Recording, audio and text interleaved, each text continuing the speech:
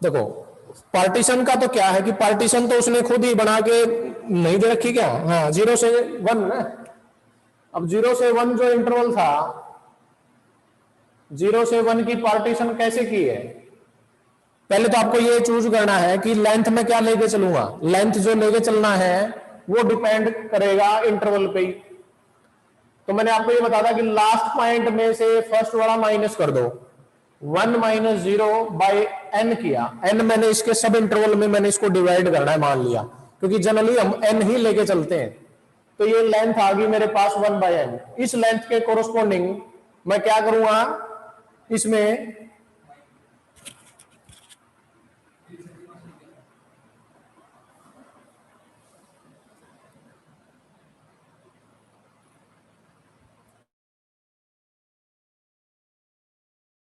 Interval था, इसकी partition कैसे की, लेंथ ले आपने लेंथ चूज की है ये। अब आप क्या करेंगे, जो प्रीवियस पॉइंट होगा पीछे वाला उसमें 1 by n 1 by n 1 by n add करते जाएंगे। जैसे 0 में 1 बाई एन ऐड किया तो 1 बाई एन आएगा, फिर 1 बाई एन में 1 बाई एन ऐड करूंगा तो 2 बाई एन आएगा, 2 बाई एन में फिर 1 बाई एन ऐड करूंगा 3 बाई एन आएगा। ऐसे ही मेरे पास r माइनस 1 बाई एन आएगा, r बाई एन आएगा, लास्ट में n बाई एन आएगा। तो ये इसने पार्टीशन कर रखी है। बस ये आपका आर एक्स सब इंटरवल है, जो एक्स आर माइनस 1 से एक्स आर जिसको हम बोलते थे एक्स आर माइनस 1 से एक्स आर, ये आपका क्या बन गया, इसका आर एक्स सब इंटरवल बन गया। हर सब इंटरवल की लेंथ यही है, इक्वल ही है जो हम मान के चल रहे हैं। क्लियर है यहां तक बताओ? फिर मैं क्वेश्चन ट्राई कर रहा हूं आगे जो एक्सरसाइज में आपके हैं। हाँ जी, यस सर 134। अच्छा ठीक है ठीक है, चलो नेक्स्ट करते हैं ट्राई। अब मैं जा रहा हूं एक्सरसाइज के क्वेश्चन नंबर, देखो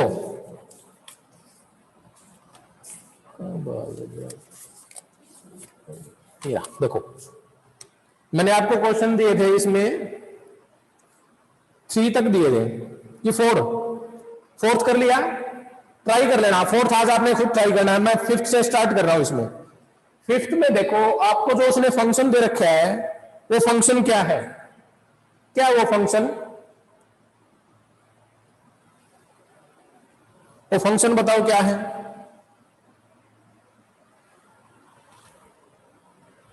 फंक्शन हमारा एफ एक्स है जो एक्स स्क्वायर है, ठीक है। फंक्शन जो है हमारा f x equal to x square है।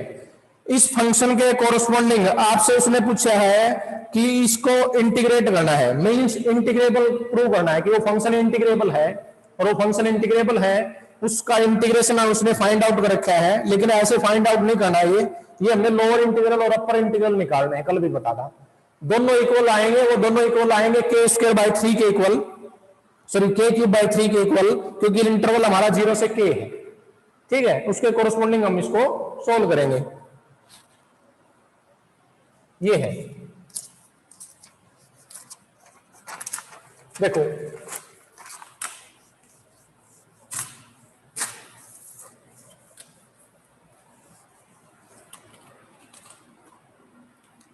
एफ एक्स जो गिवन है, एफ एक्स हमारा है एक्स स्क्वायर, और जो इंटरवल है वो 0 से के है।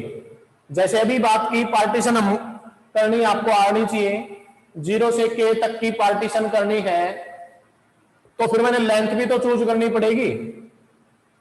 वो लेंथ क्या थी, के माइनस 0 बाई एन, यानी कि के by N.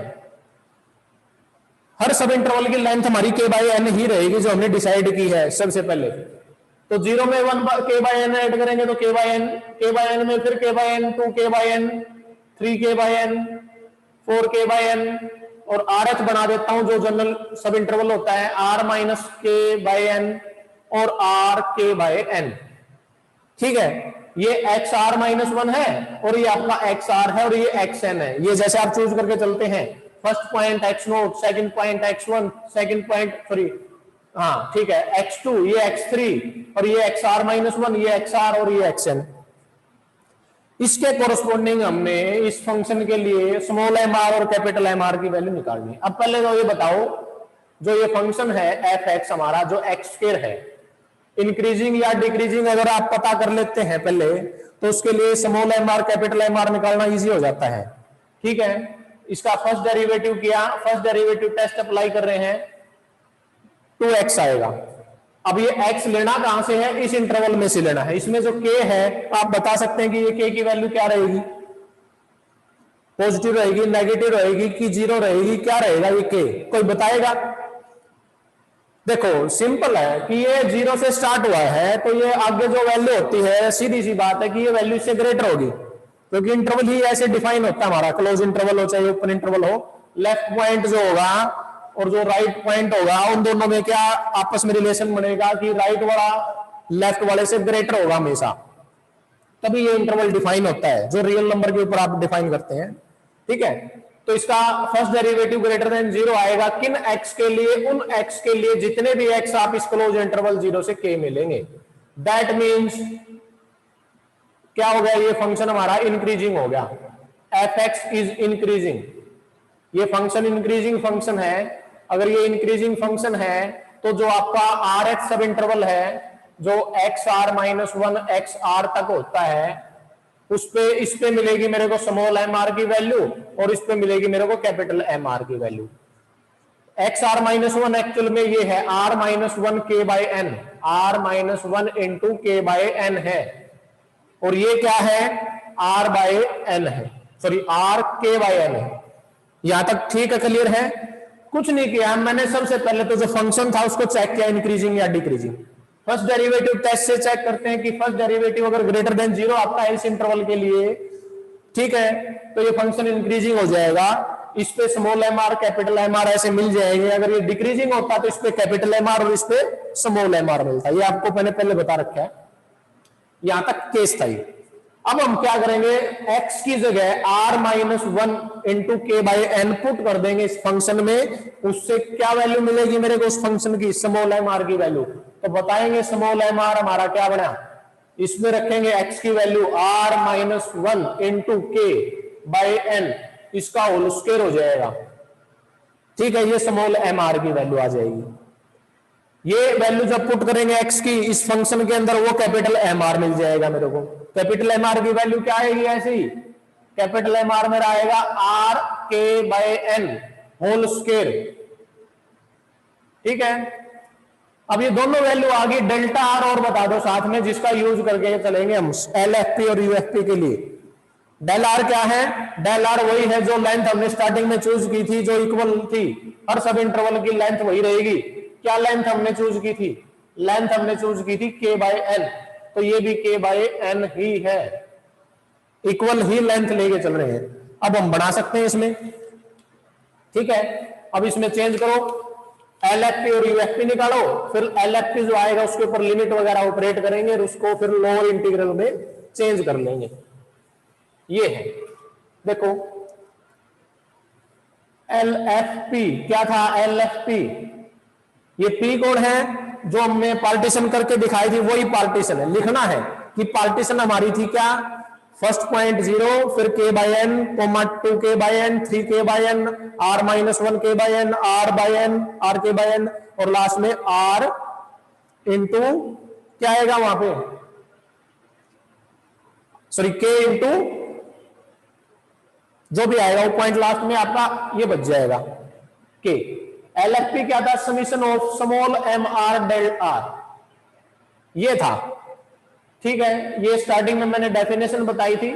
Small m r की वैल्यू मैं ये रख रहा हूं इसके अंदर, r-1 इंटू k/n का होल स्क्वायर है, सभी का मैंने होल स्क्वायर ऐसे कर दिया। ठीक है, और साथ में क्या आएगा, डेल आर, डेल आर क्या था, k/n था, k/n, और इस पे समीशन ऑपरेट हो रहा है, किस पे चेंज होगा समीशन, आर पे इफेक्ट होगा। अब जो अगर आर की कोई टर्म अंदर है तो वो वही रखेंगे, अदरवाइज उसको हम बाहर कर देंगे। जैसे ये टर्म है, ये टर्म है, ये टर्म है, ये दोनों, इन दोनों टर्म को हम बाहर कर रहे हैं, k square into k cube, n square into n cube, ये बाहर, तो k cube by n cube को बाहर, समीशन ऑपरेट होगा r-1 का होल स्क्वायर पे, जिसमें r वेरी करेगा 1 से लेकर के n तक। यहां तक क्लियर है? एक बार आपने मैसेज करो तो बताओ। ओके,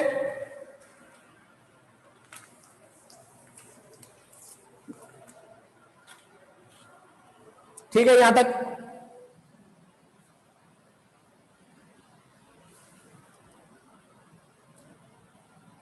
ठीक है, आवाज आ रही है ना सभी को? अब यहां देखो, आर को पहले 1 रखो, इसमें 1 माइनस 1 0, फर्स्ट टर्म 0 होगी, हटा देंगे उसको। आर को 2 पुट करेंगे, 2 माइनस 1 1, तो 1 का स्क्वायर होगा, फिर 2 का स्क्वायर होगा, 3 का स्क्वायर होगा, कहां तक जाएगा ये? n माइनस 1 के स्क्वायर तक जाएगा। आपको याद हो result, 1 square plus 2 square plus 3 square plus up to n square होता है किसके equal? n into n plus 1/2 का होल स्क्वायर के equal. First n natural number के स्क्वायर का सम फाइंड आउट किया था, ये n की जगह n माइनस 1 रिप्लेस हो जाएगा बस इसके अंदर, तो ये हो जाएगा k cube by n cube. यहां n की जगह n माइनस 1 रिप्लेस कर दो, n माइनस 1 ये n माइनस 1 प्लस 1 से n बन जाएगा, ये होल स्क्वायर बनेगा इसका। सिंप्लीफाई कर लेंगे इसको, देखो क्या है, यहां से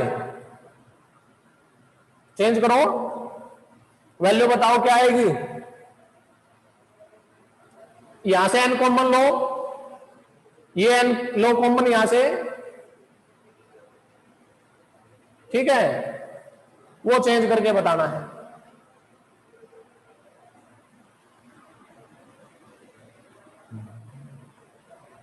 ठीक है, ये चलो क्या आएगा आगे इसमें बताओ, ये टर्म आगे क्या बनेगी?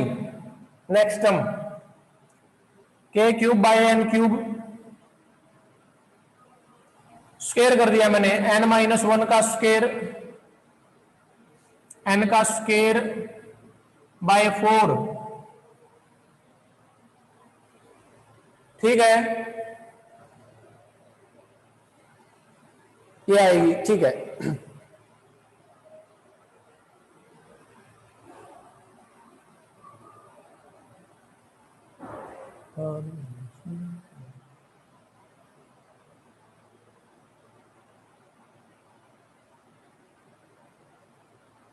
ठीक है, आगे क्या टर्म आएगी बताओ? n यहां से और कॉमन लिया तो n स्क्वायर और n स्क्वायर मल्टीप्लाई होगी, क्या दे देंगे? ये n रेज टू पावर 4 दे देंगे। ये n यहां से कॉमन लिया इस ब्रैकेट के अंदर से, n square into n square यानी कि n रेज टू पावर 4, यहां पे क्या बचेगा? 1 minus 1 by n whole square, और बाय में क्या आएगा? ये 4, ठीक है। ये टर्म यहां पे कैंसिल हुई, क्या बची? ये क्या ये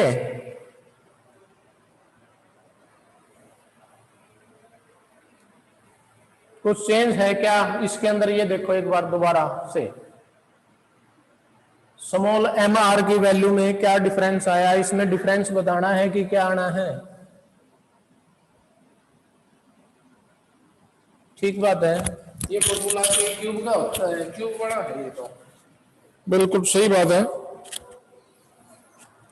चेंज करते हैं, देखो इसको कुछ चेंज हो गया, ये होल स्क्वायर नहीं, ये आना क्या चाहिए था? n इंटू एन प्लस 1 और 2n plus 1 by 6, 2n plus 1 by 6 ये होता है, बिल्कुल सही है, ये बनेगा इसके अंदर। वही मैं देख रहा था, इसमें कुछ ना कुछ चेंज जरूर है,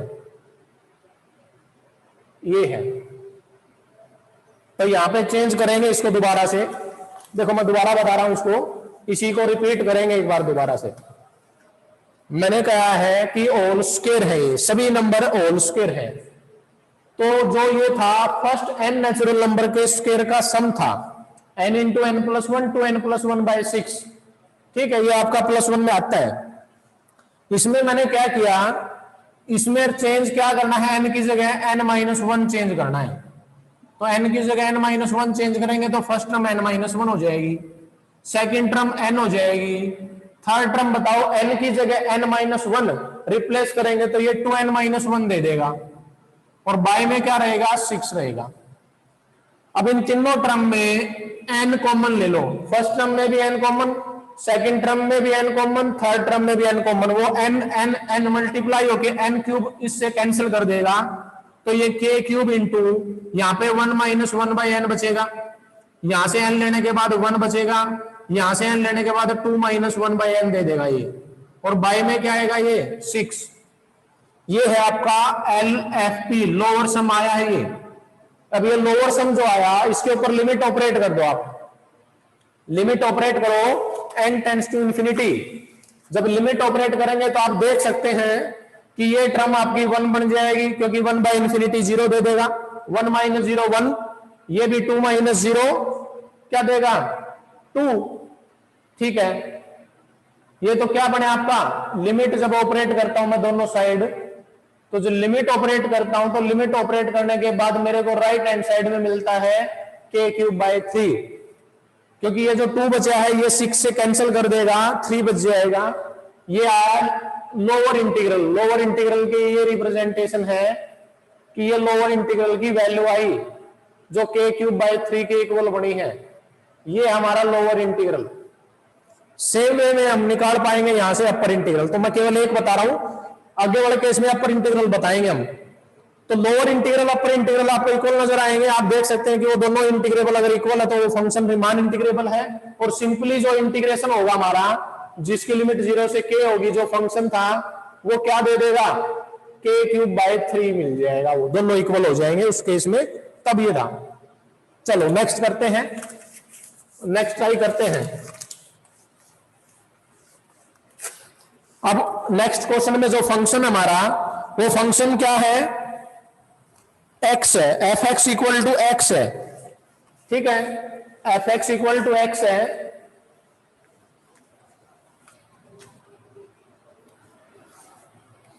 सिक्स्थ आप खुद करेंगे, सिक्स्थ खुद करना है आपने। ठीक है, सेवंथ कर रहा हूं मैं। सेवंथ में जो आपसे अभी बात की थी सेम वही है। देख सकते हैं कि f(x) की वैल्यू ऐसे बना के दे रखी है उसने, आइदर 1/5 और 1/7 if x is rational, if x is rational. ये क्या लेना है इफ x इज इरेशनल। ये r - q होता है, कॉम्प्लीमेंट ऑफ q है ये। Complement of q means complement of rational number is set of irrational number. ये रेशनल नंबर का सेट है, ये रेशनल नंबर का सेट है।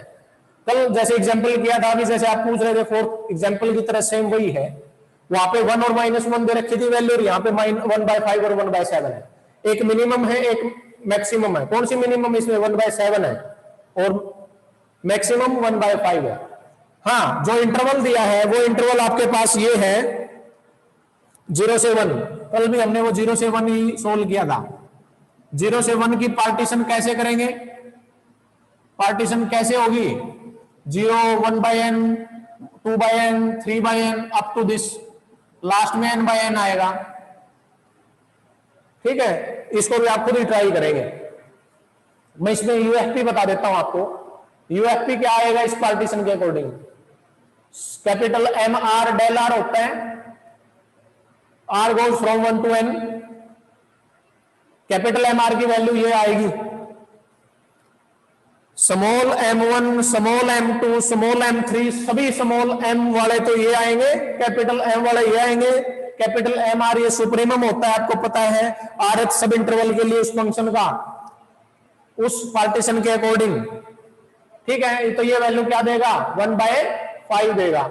डेल आर हमने क्या चूज किया था, डेल आर क्या चूज किया था 1/n, r goes from 1 to n। देख सकते हैं कांस्टेंट बार जो 1/5n बार है, क्योंकि समीशन तो r पे ऑपरेट हो रहा है, तो r ही अंदर रहनी चाहिए समीशन के अंदर, तो समीशन के अंदर तो 1 ही रहेगा। 1 को 1 में ऐड करते जाओ n टाइम्स, तो ये सम n दे देगा, तो ये 1/5 मिलेगा। यूएफपी क्या आया 5 आया। इस पे लिमिट ऑपरेट करूंगा अगर मैं यूएफपी पे, तो 1/5 का 1/5 ही रहेगा, ठीक है। तो क्योंकि इसके अंदर क्या है, n ही नहीं बचा, n ही नहीं है, तो यानी कि ये क्या हो गया, कांस्टेंट हो गया, कांस्टेंट के ऊपर लिमिट का इफेक्ट नहीं पड़ेगा। सेम वे में जब मैं इसमें LFP निकालूंगा तो ये 1/7 आएगा, पता है आपको 1/7 आएगा, तो 1/7 n हो जाएगा, तो अंदर n से n कैंसिल होकर 1/7 दे देगा। तो सिमिलर वे में मेरे पास LFP के ऊपर जब लिमिट ऑपरेट करूंगा, LFP पे जब लिमिट ऑपरेट करेंगे तो ये भी 1/7 देगा। ये लोअर इंटीग्रल है, ये अपर इंटीग्रल है। लोअर इंटीग्रल तो आपका क्या आया 1/5, और जो अपर इंटीग्रल आया वो क्या आया, वो आया 1/7।